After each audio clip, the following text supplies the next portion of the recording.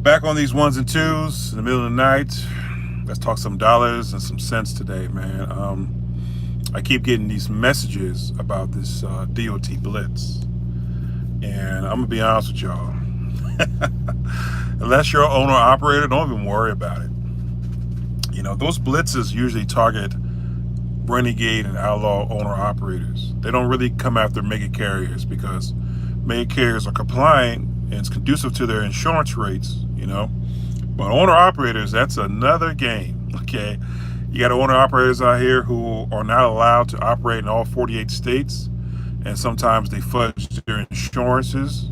You know, I knew a guy who he paid for insurance just to run the southeast, and he found himself all in California because he was just trying to get cheap rate. D.O.T. Blitz is mainly for those guys, ones who don't have regulations and ones who don't have proper decals. The equipment is poor, but you make it carrier dudes, you fine, man. I laugh when they say it. I haven't even had a DOT check my Qualcomm as far as faxing the paperwork, faxing in the request to look at your logs. Now I'm gonna tell you something. Do log properly. Make sure you're doing your pre-trips and your post-trips. Make sure you're putting on duty for fuel and on duty for shipper receiver, and taking your off-duty time and your break time. Make sure you do the log properly. But the truth is, they're not going to mess with the mega carrier guys. That blitz is really for owner operators who are running outlaw. Okay, I had a buddy of mine in Pennsylvania, state trooper. He was telling me that he wrote a guy a ticket for $20,000. Right, it was an owner operator who was pulling flatbed and he didn't have his straps on properly. Certain decals, his insurance had lapsed. I mean, it's all kind of stuff. So those blitzes target them. And to tell you the truth, a lot of people don't realize this, but when they say DOT blitz every 6 months or 5 months, that's a DOT, that's a state police graduating class. When you're in state trooper academy, majority of your time is spent learning about traffic and infractions and DOT stuff, believe it or not. You learn a little bit about arresting powers and the laws, but you learn a whole lot about traffic. That's the majority of police academy. And what happens is when they're about to graduate, the state police academy takes out the students to the highway and puts some real world practice in. I remember one blitz I was a part of down in Texas, and I was driving on I-10 towards Beaumont, and I pulled into the Petro there to use the bathroom and get something to eat. And when I pulled into the Petro, it was jam-packed. You couldn't fit a truck in there, and it was like 1 p.m. in the afternoon, which is highly unusual. So I walked into the driver lounge and I said, "What's going on? I mean, drivers are standing everywhere." And guys like, "Man, I'm done for the day. Just down the road, they're blitzing, and it's about 100 state troopers out there, and they're pulling everybody over." And I said, "Oh God." So at that time I said, well, man, I should stay here and maybe take a reset or take a 10-hour break. But what I did, I was like, I have a brand new truck. Like at that time I had a brand new Kenworth T680, brand new, and I logged properly. So I was like, they're not gonna fuck with me. So I drove down there, and man, he was not lying. On the CB, guys were telling people to stop. And when I got down there, the DOT had blocked off the interstate, and every truck that they saw, it had to be about 40 trucks out there. Each truck had about 5 or 6 cadets on it, and each truck had one state trooper supervising. And basically, they were out there with chalk and measuring tape, and they were giving them truckers hell. They had guys in tears out there. When I pulled down to the DOT Blitz, they looked at me and was like, "Keep going." They saw I had a brand new truck. I keep my truck clean, and I keep my dash clean. Okay, I don't let no stuff on my dash. You see guys with a bunch of junk and trash on the dash, I don't do that. I keep my truck clean as neat as possible. And they just looked at me and was like, "Keep going." And I kept going. I just laughed on the CB. But DOT Blitz are, companies out here get worried because they do get the most fines during those times. The state police are just looking for anything. But like I told you, they're targeting mostly owner operators. They're not really messing with mega carriers, okay? Because mega carriers have a safety record. And if mega carrier safety record drop below a certain percentage, they lose freight. They lose loads, okay? But owner operators, they're scavengers, okay? They take anything. So a lot of times those guys will go out here and put duct tape on the mirrors. Okay, I mean all kind of stuff just to get over it, because they know that DOT is not messing with them, and then when they get caught, they deal with it. So I just want to inform everybody that, you know, when you see those messages for Blitz, don't worry about it. You know, just don't be scared of the police more than we already scared already. Okay. Speaking of police and speaking of situations, the other day I was robbed. Well, I wouldn't say robbed. I got something stolen from me, and it was fuel. I was down at Amarillo, parked at exit 75 by the Pilot. Now, I wasn't at the Pilot. I was at the truck stop across the street that serves barbecue. It's like I forget what truck stop that is, but it's new. And I was parked in the back, and it was kind of dark, and I thought to myself, I said, you know, I should be all right here because it's well lit. Anyways, I went into the truck stop, and I came back out, and I realized somebody opened up my fuel tank on my passenger side. And when I turned my truck on, I noticed I was missing probably about 10 or 15 gallons. You know, fuel prices are getting out of hand. They are. They're getting out of hand, and when these times usually happen, guys usually resort to stealing fuel. You know, you can't be mad at them. It's just that it's messed up, and you know, but there's guys out here who are not making any money right now. Now you're starting to see the great divide: who's actually making money and who's not. You know, when you have guys say, "Oh, you work for a mega carrier," rah, rah, rah, rah, rah, right? The truth is, they kind of wish they did too, because they have some sort of protection. You know, especially when it comes to fuel and freight. You know, the spot market is shit right now. Okay, I wouldn't touch it for nothing. Like I keep telling you guys. You know, look at these fuel prices. I'm up here right now. Oh, I can't zoom in that. No, I can't. I can't zoom in into that. But the fuel price on the billboard says $6.23 per gallon for diesel. That's insanity.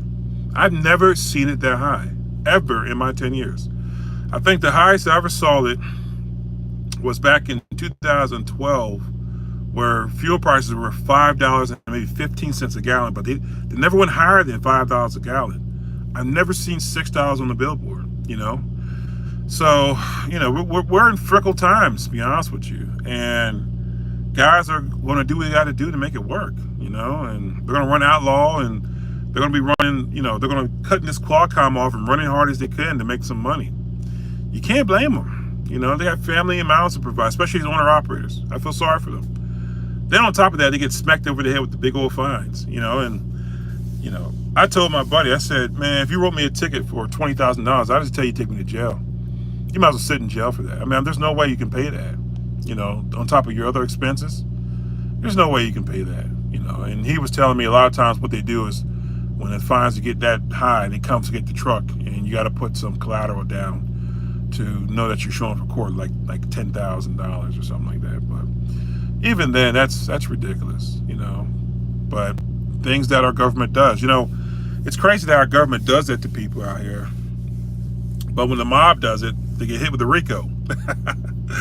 It's bullshit, you know. But anyway, guys, I thought I'd tap in about that and give some guys some peace of mind.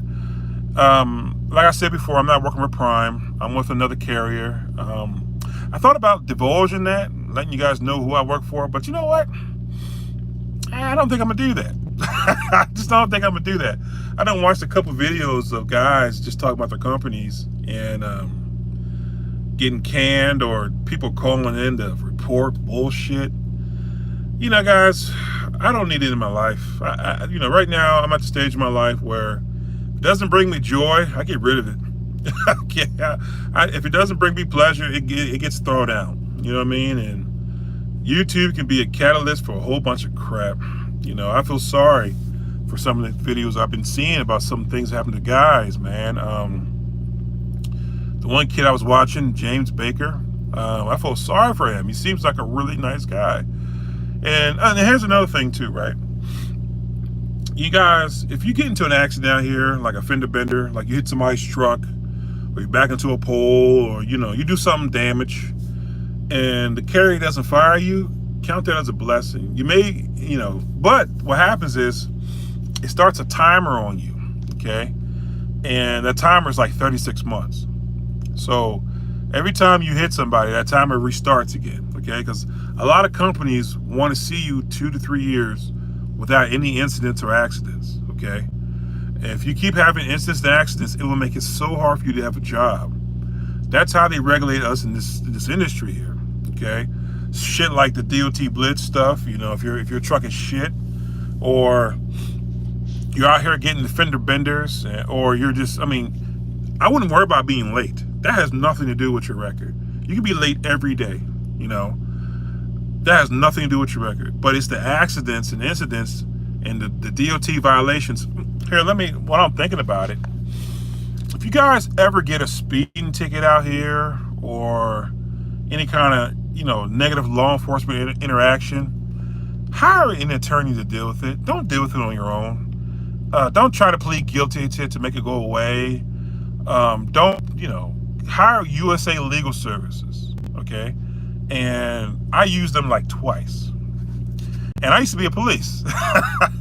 That tells you how good they are, okay?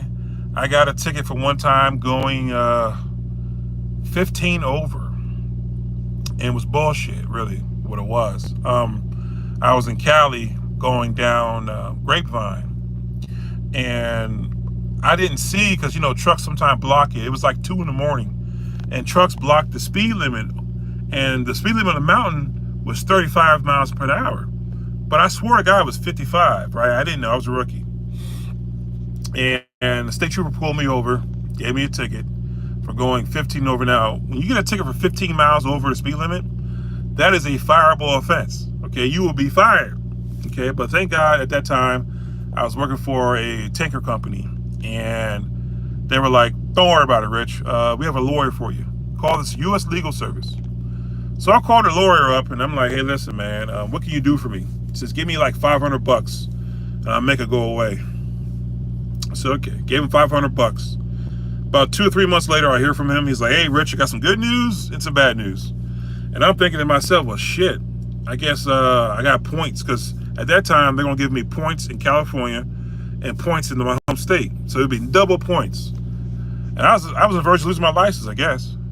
And the lawyer says, listen, I got the ticket thrown out. Oh, thank God, man. Oh, thank you. He says, but you still got to pay it. He said, they turn it into a parking ticket. I said, they turned my speeding ticket into a parking ticket? He said, yeah, because they want the money. Well, how much is the parking ticket? I'm thinking maybe $40 or something, $50, $100. Nah, they wanted $1,000. So I had to pay altogether $1,500, okay, to get that situation taken care of. But it didn't show up on my record. It didn't show up on my MVR. It didn't show up on my D.O.T. or my CSA. It didn't show up in any of that. So it was well worth it, okay? Get a lawyer to fight your battles. Don't be out here fighting your damn self, okay? You ain't no goddamn lawyer. You let the professionals do that. A lot of times, the judges, when they see them show up in court and they're standing in for Mr. or Mrs. whoever, they automatically work with them to get the ticket thrown out. They know that you came to handle business, okay? Don't be boo-boo the fool and plead guilty, or you'll never have a job out here, okay? Nobody can hire you if you're driving 15 miles and over the speed limit, okay? The insurance companies won't allow them to hire you. That's a stipulation, okay? So use your common sense. Get a lawyer. Anyway, guys, I'm going to make this long. I'm up here. Oh, if you want to avoid the D.O.T. Blitz, this is how you do it. Drive late at night. If you drive late at night, you'll avoid the D.O.T. Blitz. They're not out there 2, 3 in the morning doing D.O.T. blitzes. Those academy guys are butts in the bed by 9 o'clock, 10 o'clock the latest, okay? So if you want to, avoid D.O.T. Blitz and you're scared of all that, drive the middle of the night. You'll avoid way stations, road inspections, state troopers, and D.O.T. Okay? So you guys, be easy, and I'll talk to you later. Peace. Peace and love.